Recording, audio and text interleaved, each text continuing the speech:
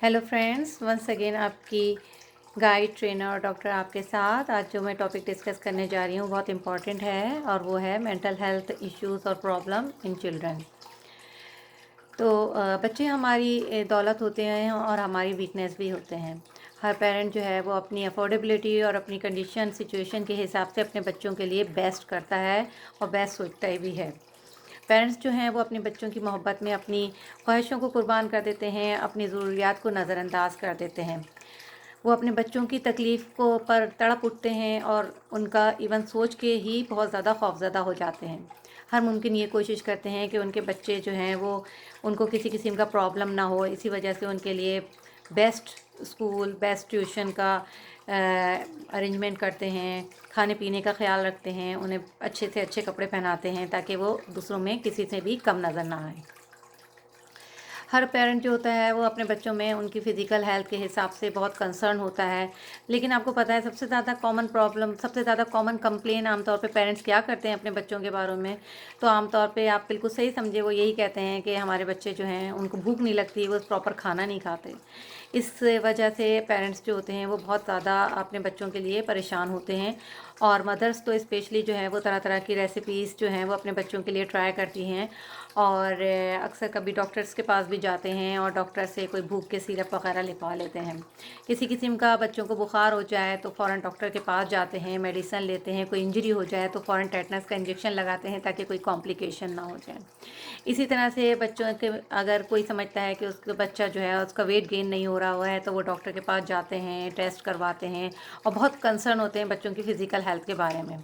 किसी बच्चे की हाइट नहीं हो रही है तो इस वजह से भी डॉक्टर के पास जाते हैं, मुख्तलिफ़ तरह के ब्लड टेस्ट कराते हैं, मुख्तलिफ़ तरह की मेडिसिन लेते हैं। लेकिन कभी आपने सोचा है कि आपके बच्चे को कभी मेंटल हेल्थ इश्यू भी हो सकता है? जी नहीं, हम ऐसा नहीं सोचते क्योंकि हम इस पर बात करना ही नहीं चाहते। बहुत सारे लोग तो इसको कोई प्रॉब्लम समझते ही नहीं, इसको एक बिहेवियर प्रॉब्लम समझते हैं और इसको कोई इम्पोर्टेंस ही नहीं देते। यही वजह है कि आजकल बड़ों के साथ साथ बच्चों में भी मेंटल हेल्थ प्रॉब्लम्स बहुत ज़्यादा हो गए हैं। एक रिसर्च से पता चला है कि तकरीबन 1 आउट ऑफ 5 जो है वो चिल्ड्रन जो हैं उनमें जो है चिल्ड्रन में जो है वो मेंटल हेल्थ इश्यूज़ हैं। मेंटल हेल्थ इश्यूज़ जो होते हैं वो डिफरेंट टाइप्स के होते हैं। लेकिन ये बात बहुत इम्पॉर्टेंट है समझना कि अगर इनको प्रॉपर वक्त पे डायग्नोस नहीं किया जाए और वक्त पे ट्रीट नहीं किया जाए तो इनके बहुत लॉन्ग लास्टिंग जो है वो कंसिक्वेंसेस हो सकते हैं। ना सिर्फ ये बच्चों की एजुकेशन पे इफ़ेक्ट करता है बल्कि इनकी फ़र्दर लाइफ में इनकी पर्सनैलिटी को बहुत बुरी तरह से डिस्टॉर्ट करता है। इन बच्चों में जो है उनका करियर में प्रॉब्लम आते हैं, इनकी फैमिली लाइफ में प्रॉब्लम्स आते हैं। उन बच्चों को जो है वो अपनी प्रोफेशनल लाइफ में बहुत प्रॉब्लम्स का सामना करना पड़ता है। ओवरऑल बच्चों की लाइफ जो है उनकी जो एक्टिविटीज़ ऑफ डेली लाइफ के साथ साथ उनकी हर तरह की जो है वो फ्यूचर में उनको प्रॉब्लम हो सकता है। तो जो है मैं आज जो है कॉमन बच्चों में मेंटल हेल्थ प्रॉब्लम्स को डिस्कस करूँगी कुछ एग्जांपल्स के ज़रिए ताकि आप लोगों को और अच्छे से समझ में आए। तो जो पहला इशू होता है बच्चों में वो है एंजाइटी। तो मैं एंजाइटी पे डिस्कस करूँगी। आमतौर पे ऐसे बच्चे आपने देखे होंगे या जो कि अपने दूसरे बहन भाइयों के मुकाबले में वो थोड़े उनमें घबराहट ज़्यादा होती है, परेशान ज़्यादा रहते हैं। ऐसे बच्चे जो होते हैं वो क्लास में दूसरी एक्टिविटीज़ में पार्टिसिपेट नहीं करते, परेशान हो जाते हैं, दोस्त नहीं बना पाते हैं और किसी भी किस्म की एक्टिविटी में जो है वो बिल्कुल शामिल होना पसंद नहीं करते। क्लास में अपनी टीचर को आंसर भी नहीं दे पाते हैं। तो आमतौर पे ऐसे बच्चों को पेरेंट्स यही कहते हैं कि ये तो घर घुसेला है, दोस्ती नहीं करना चाहता, खुद ही किसी चीज़ में हिस्सा नहीं लेना चाहता। लेकिन पेरेंट्स को ये समझना चाहिए कि ये वाकई एक जेन्युइन प्रॉब्लम है और इसको सही वक्त पे ट्रीट करना चाहिए। अदरवाइज़ ये फ्यूचर में जाके जनरलाइज एंजाइटी डिसऑर्डर बन सकता है जो कि आगे जाके बच्चे की लाइफ में बहुत प्रॉब्लम क्रिएट कर सकता है, उसकी पूरी पर्सनैलिटी को डिस्ट्रॉय कर सकता है। दूसरा जो हम आमतौर पे आजकल प्रॉब्लम बच्चों में देख रहे हैं, मेंटल हेल्थ इशू देख रहे हैं, वो attention deficit hyper activity disorder है। ऐसे बच्चों की एग्जांपल आप ऐसे ले लें कि ये बच्चे जो होते हैं रेस्टलेस होते हैं। इनके अंदर जो है एक तरह की जो है बहुत ज़्यादा एक्टिविटी लेवल इनका बहुत हाई होता है। स्कूल में ऐसे इनकी एग्जांपल ऐसे है कि जब पेरेंट टीचर्स मीटिंग होती हैं तो आमतौर पे टीचर ये कंप्लेन करते हैं कि आपका बच्चा तो एक जगह बैठता ही नहीं है, किसी एक चीज़ पे जो है उसकी कंसंट्रेशन ज़्यादा देर रहती ही नहीं है। वो बस एक काम स्टार्ट करता है, थोड़ी सी देर में फिर वो उठ के इधर से उधर चला जाता है, दूसरी चीज़ें देखने लगता है।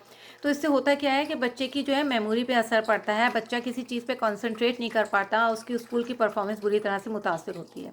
तो ऐसे बच्चों को आमतौर पे जो है वो पेरेंट्स कह देते हैं ये तो खिलंड्रा है, इसका तो पढ़ाई में दिल ही नहीं है, ये तो हर वक्त खेलता कूदता ही रहता है।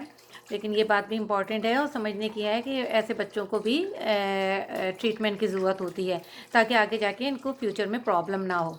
क्योंकि ओवरऑल ये कि अगर उनका अभी से पर्सनैलिटी ऐसी डेवलप हो जाएगी तो फ्यूचर में जाके ये चीज़ें जो हैं वो उसको उसकी एनजाइटी में कन्वर्ट हो सकती हैं और उसकी फर्दर लाइफ के लिए प्रॉब्लम क्रिएट कर सकती हैं। थर्ड जो एक हम प्रॉब्लम आजकल बच्चों में देख रहे हैं वो ईटिंग डिसऑर्डर है। तो ईटिंग डिसऑर्डर जो होता है आमतौर पे ये बच्चियों में ज़्यादा देखने को मिलता है। इसमें बच्चों को आप ये नोट करेंगे कि इन तमाम हेल्थ प्रॉब्लम में ये ऐसी चीज़ें होती हैं कि ये बच्चे दूसरे बच्चों से थोड़ा डिफरेंट होते हैं और अलहदा से पता चलते हैं जब भी उनकी ये चीज़ें नोटिस में भी आती हैं। तो ईटिंग डिसऑर्डर में भी यही होता है कि अगर आप नोटिस करें कि आपके बच्चे की सडन ईटिंग की हैबिट्स में चेंज आया है और अब वो जो है वो इतना उस तरह से नहीं उसकी ईटिंग है, उसका फूड इनटेक इतना नहीं है जैसे वो पहले लेता था। अब वो या तो खाना खा ही नहीं रहा है या फिर ये है कि वो जो है तकरीबन जो बिल्कुल नॉन न्यूट्रिशनल चीज़ें होती हैं उनको ले रहा है। तो आमतौर पे बच्चियों में ये चीज़ देखने को मिलती है, उन लोगों के जहन में ये परसेप्शन बैठ जाता है आमतौर पे कि उनका वेट गेन हो रहा है। ये किसी किस्म का डिस्मॉर्फिया, बॉडी डिस्मॉर्फिया हो जाता है कि उनको अपनी क्लास के दूसरे बच्चों के मुकाबले में जो है वो या तो अपनी बॉडी का कोई पार्ट जो है वो बुरा लगना शुरू हो जाता है कि मेरी नाक जो है वो दूसरों में डिफरेंट है, दूसरे की नाक ज़्यादा अच्छी है, मेरी नाक मोटी है, या उनको लगता है कि मेरी टांगें जो हैं वो दूसरों के मुकाबले में बहुत पतली हैं या मोटी हैं। तो इस तरह का उनके अंदर जो है ना एक ये उनकी बॉडी उनको इस तरह का फील होने लगता है। तो ये भी एक आजकल प्रॉब्लम देखने को मिल रहा है। इसकी भी प्रॉपर ट्रीटमेंट की ज़रूरत होती है। अदरवाइज़ ये है कि इसमें बच्चों में बहुत ज़्यादा न्यूट्रिशनल डेफिशिएंसी हो सकती है, जिसकी वजह से उनकी फ़िज़िकल और मेंटल ग्रोथ जो है वो उस पे असर पड़ता है। और इसके अलावा जो हम दूसरी चीज़ें देखते हैं उसमें एक पोस्ट ट्रॉमेटिक स्ट्रेस डिसऑर्डर है। ये बच्चों में आमतौर पे बेसिकली इन बच्चों में भी एंजाइटी होती है, वो परेशान हो जाते हैं, वो घबराहट का शिकार रहते हैं। और इसमें आमतौर पे अगर देखने में ये आया है कि ऐसे बच्चों ये उन बच्चों के साथ होता है जो कोई ट्रॉमेटिक इवेंट देखते हैं, कोई वायलेंस देखते हैं, कोई एक्सीडेंट देख लेते हैं, किसी का सडन डेथ को सामने से देख लेते हैं, या ऐसे बच्चे जिनको मोलेस्ट किया जाता है, सेक्सुअली अब्यूज़ किया जाता है। तो ऐसे बच्चों के अंदर पोस्ट ट्रॉमेटिक स्ट्रेस डिसऑर्डर हो जाता है, उनकी परफॉर्मेंस बुरी तरह से मुतासर होती है और उनको भी ओवरऑल जो है वो एंजाइटी डिसऑर्डर डेवलप होने के बहुत ज़्यादा चांसेस होते हैं। एक और कॉमन डिसऑर्डर्स जो है वो जो कि सिर्फ पहले बड़ों में सुनने में आता था लेकिन अब ये बच्चों में भी है, जैसे डिप्रेशन कहते हैं। इस तरह के बच्चे जो हैं वो आमतौर पे सैड रहते हैं और आप देखेंगे कि पहले वो बिल्कुल नॉर्मल दूसरे बच्चों की तरह होते हैं, सडन आप देखेंगे उनकी पर्सनैलिटी में चेंज आता है और वो सैड रहने लगते हैं। उन चीज़ों में जिसमें वो पहले बड़े शौक से पार्टिसिपेट करते थे, उन चीज़ों में अब उनका इंटरेस्ट बिल्कुल ख़त्म हो जाता है। पहले वो अपने दोस्तों में जाना पसंद करते थे, सडनली वो अपने दोस्तों में भी इतना नहीं जा रहे होते। उससे उनकी परफॉर्मेंस इफ़ेक्ट करती है, उनकी फ़िज़िकल और मेंटल ग्रोथ इफ़ेक्ट करती है, उनकी स्टडीज़ में उनकी स्टडीज़ इफ़ेक्ट करती हैं, उनकी सडन जो है बच्चों का जो स्कूल परफॉर्मेंस है उनका रिज़ल्ट सही नहीं आता है। तो ये भी देखने को ये भी एक इम्पॉर्टेंट टॉपिक है और एक इम्पॉर्टेंट हेल्थ इशू है और आमतौर पे पेरेंट्स इस चीज़ को इग्नोर कर देते हैं और इसको यही कहते हैं कि थोड़ा सा फेज़ है, बच्चा सही हो जाएगा और इस तरह तो सबके साथ होता है। लेकिन ऐसी बात नहीं है। अगर आप देखें कि आपके बच्चे में ये प्रॉब्लम जो है कई हफ्तों से है और परसिस्टेंट है तो आपको ज़रूर कंसर्न होना चाहिए, क्योंकि इस तरह के बच्चे अपने आप को सेल्फ हार्म में भी चले जा सकते हैं। सुसाइडल रेट भी आजकल तो बच्चों में, इवन ये कि बच्चों में भी सुसाइड्स का रेट बढ़ रहा है। इसके अलावा जो है मूड डिसऑर्डर्स भी हो जाते हैं। सुसाइड लाइक डिप्रेशन के अलावा कुछ बच्चे जो होते हैं वो सडन जो है वो बहुत ज़्यादा रेस्टलेस हो जाते हैं, उनके बहुत ज़्यादा एनर्जी लेवल उनका बढ़ जाता है। बच्चे जो हैं उनको स्लीपिंग प्रॉब्लम्स आने लगते हैं, सही से स्लीप नहीं हो रहे, रात रात भर तक वो जाग रहे होते हैं। तो ऐसे बच्चों को भी ज़रूर उन बच्चों का भी असेसमेंट ज़रूरी होता है ताकि उनको कोई और उनको डॉक्टर को दिखाने की ज़रूरत होती है।